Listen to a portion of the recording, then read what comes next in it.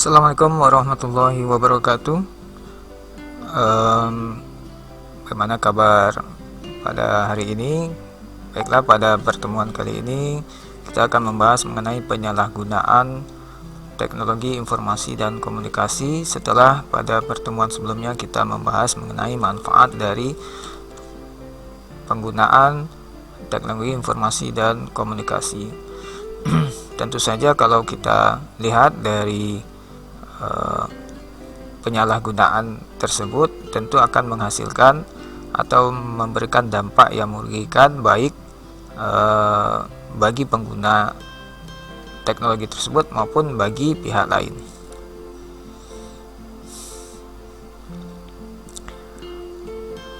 Chapman University Amerika Serikat itu pada tahun 2015 memberikan atau mengadakan survei yang menghasilkan 3 dari 10 ketakutan warga Amerika itu adalah yang berkaitan dengan teknologi, terutama teknologi informasi dan komunikasi, seperti terorisme cyber, kemudian pelacakan informasi pribadi oleh perusahaan, kemudian adanya pelacakan informasi pribadi oleh pemerintahan, dan bahkan ada juga seperti pencurian identitas, kejahatan pencurian identitas dan pencurian kartu kredit.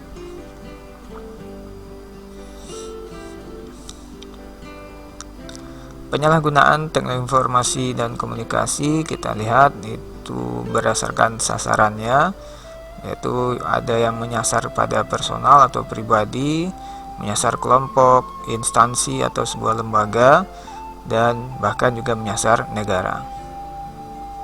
Nah, dalam penyalahgunaan teknologi informasi dan komunikasi ini kita bisa lihat kedudukan dari komputer yang digunakan itu bisa menjadi alat yang disalahgunakan maupun menjadi target dari penyalahgunaan tersebut. Sementara target serangan itu dapat dibagi menjadi komputernya yang menjadi target, kemudian saluran informasi atau jaringan komputer ataupun jaringan komunikasi. Kita kenalkan dengan istilah cybercrime atau kejahatan cyber, merupakan kejahatan berorientasikan komputer, kejahatan yang melibatkan komputer atau jaringan komputer. Nah, definisinya salah satunya yang bisa kita ambil adalah serangan atau pelanggaran yang dilakukan terhadap individu atau sekelompok individu dengan motif kriminal dengan sengaja merusak reputasi atau menyebabkan gangguan fisik atau mental kepada korban, baik secara langsung maupun tidak langsung, menggunakan jaringan telekomunikasi modern seperti internet, termasuk jaringan komputer dan mobile phone. Cybercrime dapat mengancam keamanan finansial seseorang, bahkan sebuah bangsa atau negara. Nah, cybercrimes itu bisa melintas batas negara, jadi tidak tergantung terbatas pada sebuah negara saja, dan tentu saja ini membuat kegiatan atau aktivitas cybercrime memerlukan kerjasama antar negara. Nah, kita lihat sasaran dari penyalahgunaan tersebut, ya seperti yang disampaikan tadi, ada personal, kelompok, instansi ataupun negara. Nah, untuk personal kita lihat yang pertama itu adalah cyberporn atau pornografi melalui jaringan atau melalui perangkat komputer. Nah, penyebaran pornografi yang menggunakan perangkat teknologi informasi dan komunikasi ini cukup membuat banyak pihak menjadi waspada, perlu diwaspadai, karena penyebarannya itu sangat masif sekali, berbeda dengan penyebaran konten pornografi yang masih menggunakan apakah cetakan, ya, kertas atau buku berupa majalah dan lain sebagainya. Kan tetapi dengan teknologi informasi dan komunikasi, penyebaran pornografi ini bisa lebih cepat, lebih banyak, lebih masif, dan juga sulit dilacak gitu. Nah, bahkan ya kita ketahui saat ini, terutama setelah banyaknya kegiatan daring, orang tua banyak menyediakan perangkat-perangkat smartphone untuk anaknya untuk digunakan secara pribadi. Tentu peluang penyebaran ini makin lebih besar.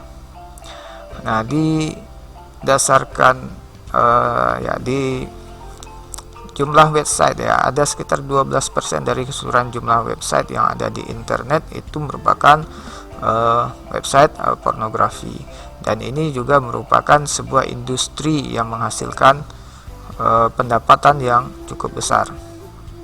Nah, pornografi tentu saja menimbulkan kecanduan yang mempengaruhi prefrontal cortex pada pikiran. Nah, pornografi juga bisa berupa pornografi tulisan, bisa berupa video, bisa berupa gambar, bahkan juga bisa berupa game. Nah, pornografi ini juga meliputi atau dapat menghasilkan pornografi yang bersifat eksploitasi anak, pelecehan seksual, penjualan orang, bahkan juga dapat menimbulkan aktivitas kekerasan seksual atau sexual harassment.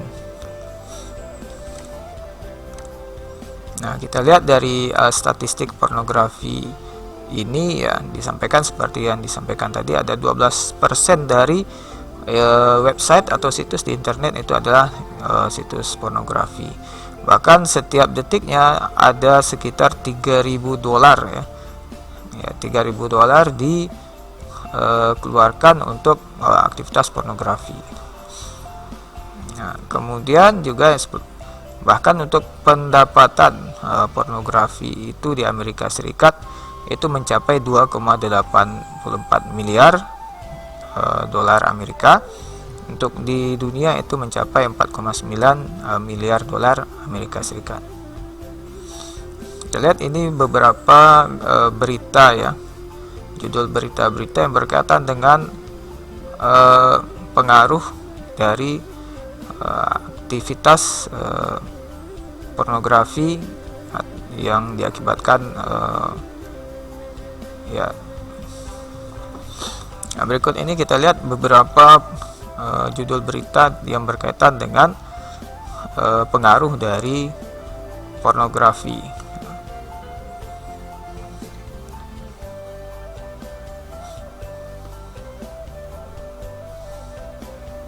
Yang kedua yaitu perjudian. Dengan adanya teknologi informasi dan komunikasi, kegiatan perjudian merambah pada wilayah perjudian online menggunakan manfaatkan media teknologi informasi dan komunikasi. Dan seperti juga pornografi tadi, judi juga dapat mengakibatkan pelakunya candu menimbulkan kecanduan untuk melakukan perjudian. Nah, bentuk-bentuk perjudian ini cukup banyak ya. Ada yang berupa poker, kasino, berjudi olahraga, lotre ataupun togel. Dan pendapatan dari aktivitas perjudian online ini bisa mencapai 45,86 miliar ini di tahun 2016. Nah, perjudian online ini juga berkaitan dengan salah satu aktivitas yaitu pencucian uang, di mana uang-uang ilegal hasil aktivitas ilegal seperti penjualan narkoba, perampokan dan sebagainya itu bisa dibersihkan dalam tanda kutip melalui kegiatan atau aktivitas perjudian. Yang ketiga yaitu gaming. Aktivitas gaming merupakan aktivitas yang cukup banyak diminati terutama oleh anak muda, bahkan juga ada yang sudah mencapai usia yang lebih dewasa. Nah, akan tetapi di samping hal-hal positif yang mungkin bisa didapatkan, tentu saja gaming, terutama game online itu dapat meningkatkan memiliki dampak negatif lainnya ya, seperti ditemukan adanya peningkatan agresivitas terutama bagi yang kecanduan game kekerasan. Bisa dilihat nanti di link ini, yang juga nanti di-share dalam bentuk file di Google Classroom. Kemudian dapat juga menimbulkan kecanduan. Ya, memang kecanduan inilah yang perlu diatasi dalam aktivitas permainan game gitu. Bahkan kecanduan ini dapat menimbulkan kecemasan, insomnia, isolasi sosial, dan depresi. Tentu saja kalau sudah depresi menimbulkan dampak berikutnya yang lebih berbahaya. Dan ada penelitian yang menyatakan bahwasanya pecandu game online itu 47% dari mereka itu memiliki hasil belajar yang cukup jelek untuk hasil akademik mereka. Nah, karena aktivitas mereka lebih banyak bermain secara virtual, obesitas meningkat ya, karena gerak mereka itu terbatas, kemudian bahkan mereka melewatkan makan dan tidur, membahayakan penglihatan dalam jangka panjang, bahkan menimbulkan kematian. Nah, bisa dilihat nanti di link tersebut. Nah, bahkan beberapa game itu diselipi dengan konten yang tidak pantas, yang digunakan sebagai penarik minat bagi pemain game tersebut. Pada tahun 2018, tepatnya tanggal 18 Juni 2018, Organisasi Kesehatan Dunia atau World Health Organization itu merilis pernyataan bahwasanya gangguan kesehatan jiwa salah satu diantaranya adalah kecanduan permainan online. Nah, kita lihat beberapa dampak negatif yang bisa kita temukan berkaitan dengan kecanduan game, terutama game online. Yang keempat, yaitu fraud atau penipuan keuangan. Ya, salah satu bentuk penipuan keuangan itu adalah adanya investasi bodong. Mungkin juga kita pernah mendapatkan SMS di smartphone atau di HP kita yang menyatakan kita menang sesuatu, menang undian tertentu, kemudian kita klik link tertentu sehingga tanpa sadar kita diarahkan untuk mengisi data atau sebagainya. Nah, salah satu kasus bentuk penipuan secara online yaitu seperti kasus investasi emas ini terjadi di Indonesia ya, yang melibatkan sebuah entitas ya bernama ECMC dan VGMC. Ya, ternyata setelah diselidiki kasus ini atau perusahaan bodong ini atau perusahaan palsu ini ternyata menggunakan skema penipuan skema Ponzi yang sudah cukup lama model penipuan tersebut, akan tetapi mereka menggunakan teknologi informasi dan komunikasi. Mereka membuat website yang sayangnya setelah dibandingkan antara website ECMC dan VGMC ini ada kemiripan gitu, dan hal itu tidak mungkin sekali terjadi pada sebuah perusahaan yang katanya merupakan perusahaan penambangan emas ya, penambangan emas. Kemudian juga penipuan ada jualan online via media sosial yang tidak terverifikasi siapa penjual, di mana penjualnya, dan ini cukup sering terjadi. Bahkan karena iming-iming harga lebih murah, orang akhirnya melakukan transfer sejumlah uang untuk membeli, misalnya membeli motor harga murah ya, motor seperti motor yang berharga normal 20 juta, 30 juta, ternyata dijual 5 juta. Dan masih ada juga cukup banyak orang yang tertipu dengan mengirimkan sejumlah uang pada penipu tersebut. Kemudian penipuan lainnya yaitu ya terkait dengan peretasan data nasabah baik itu di sebuah bank ataupun yang berkaitan dengan aktivitas keuangan lainnya. Nah, ini contoh website dari VGMC atau Virgin Gold Mining Corporation. Sayangnya yang ECMC itu tidak ditemukan lagi websitenya, karena ini kasus tahun 2013. Kita lihat beritanya, potongan beritanya berkaitan dengan kedua investasi penipuan tersebut ya, investasi bodong. Nah, di sini cukup banyak orang yang tertipu dengan investasi bodong tersebut. Yang berikutnya, yang kelima, yaitu carding, yaitu pencurian data kartu kredit yang dimiliki oleh seseorang. Nah, pencurian di sini maksudnya si pencuri itu mendapatkan data-data seperti nomor kartu kredit, juga mungkin PIN atau password yang dimiliki oleh pemegang kartu tersebut, dan kemudian digunakan oleh si pencuri untuk aktivitas lain, apakah untuk berbelanja online, mendaftarkan misalnya website, atau ya berkaitan dengan transaksi online lainnya gitu. Nah, teknik yang dipakai biasanya oleh pencuri itu adalah teknik phishing ataupun hacking ya. Phishing ini nanti kita jelaskan pada part berikutnya. Yang berikutnya adanya pembulian atau cyberbullying ya. Sebenarnya bullying itu sudah dikenal cukup lama ya. Kalau dalam bahasa Indonesia sekarang disebut dengan istilah perundungan. Nah, bullying ini merupakan kekerasan melalui website atau media sosial berupa ujaran kebencian, hate speech, merendahkan atau merusak harga diri pribadi.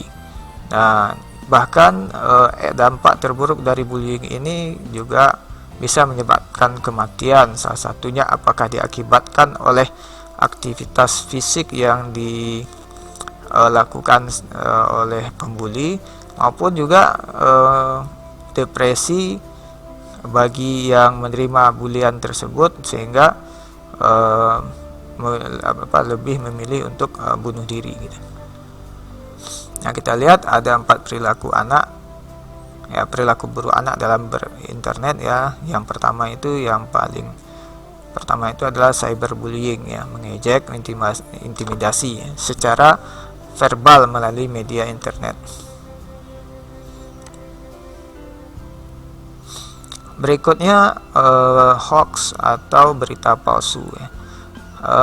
Hoax atau berita palsu merupakan istilah untuk berita atau kabar palsu yang sengaja dibuat untuk mempublikasikan atau membuat propaganda, menginformasikan berita yang tidak benar, dan dibuat seolah merupakan berita benar. Nah, umumnya hoax ini terutama sekarang banyak menggunakan media sosial, yang nanti bahkan dengan banyaknya hoax yang beredar bisa saja menghasilkan berita yang dianggap seolah benar. Nah, hoax ini terutama sering digunakan untuk aktivitas berkaitan dengan politik. Nah,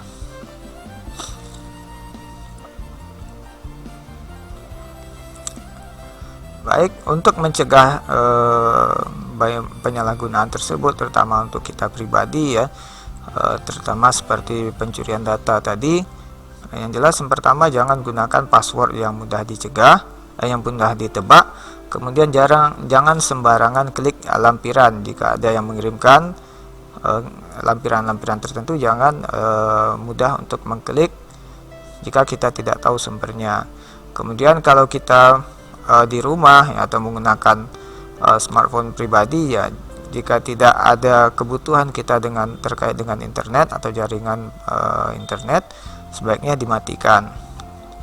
Juga mengendalikan diri saat melakukan kegiatan online gitu ya, mana yang perlu dibuka, mana yang perlu dijelajahi, mana yang perlu dicari, mana yang perlu diklik ya, itu perlu kita timbulkan dalam diri kita pengendalian diri. Nah, hati-hati juga saat menggunakan wifi publik, bahkan bisa saja mereka di situ beraktivitas sengaja memancing untuk kita kita menjadi target mereka gitu. Nah, berikutnya mungkin kita lihat yang berkaitan penyalahgunaan teknologi informasi yang berkaitan dengan institusi, lembaga atau negara.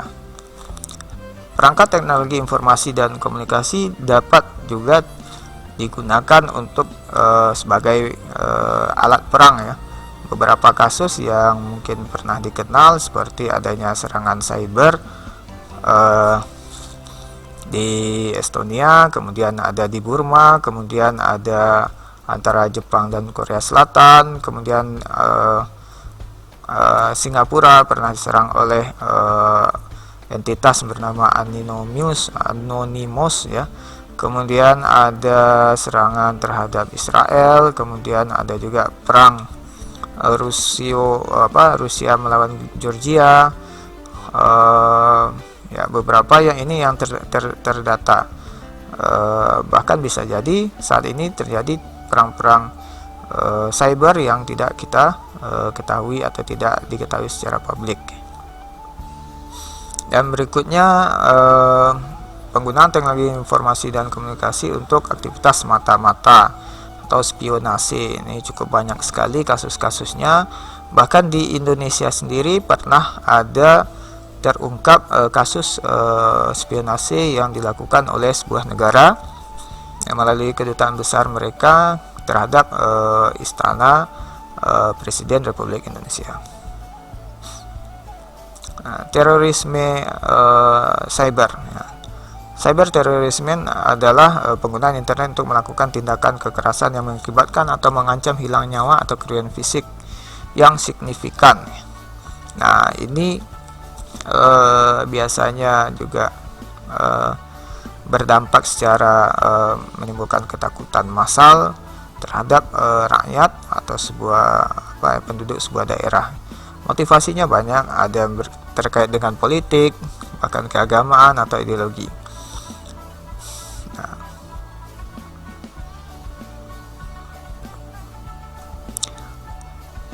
oke. Nah, baik, itulah tadi beberapa penyalahgunaan teknologi informasi dan komunikasi yang umumnya akan menimbulkan tindakan kriminal. Nah, di Indonesia sendiri untuk mengatasi tindakan penyalahgunaan teknologi informasi dan komunikasi dibentuk sebuah satuan ya, satuan di bawah Kepolisian Republik Indonesia yang dikenal Cyber Polri atau Cyber Police dan sebagainya, yang bernama Cybercrime Investigation Center Polri. Nah, berdirinya secara resmi di bawah Kepolisian Republik Indonesia adalah 30 Juni 2013. Nah, awalnya sendiri satuan ini ada di bawah Direktorat Reserse Kriminal Khusus Polda Metro Jaya, itu yang berdiri tanggal 17 Oktober 2002. Nah, tugasnya adalah melakukan penyelidikan dan penyidikan tindak pidana khusus, terutama kegiatan penyidikan berhubungan dengan teknologi informasi, teknologi komunikasi, serta transaksi elektronik. Terdapat beberapa tugas pokok dan fungsi satuan cybercrime, ya, seperti penyidikan transaksi elektronik, penyidikan penyalahgunaan teknologi komunikasi dan informasi, penyidikan kejahatan yang menggunakan fasilitas internet, penyidikan kejahatan komputer, kemudian penyidikan kejahatan yang berhubungan dengan hak atas kekayaan intelektual atau haki.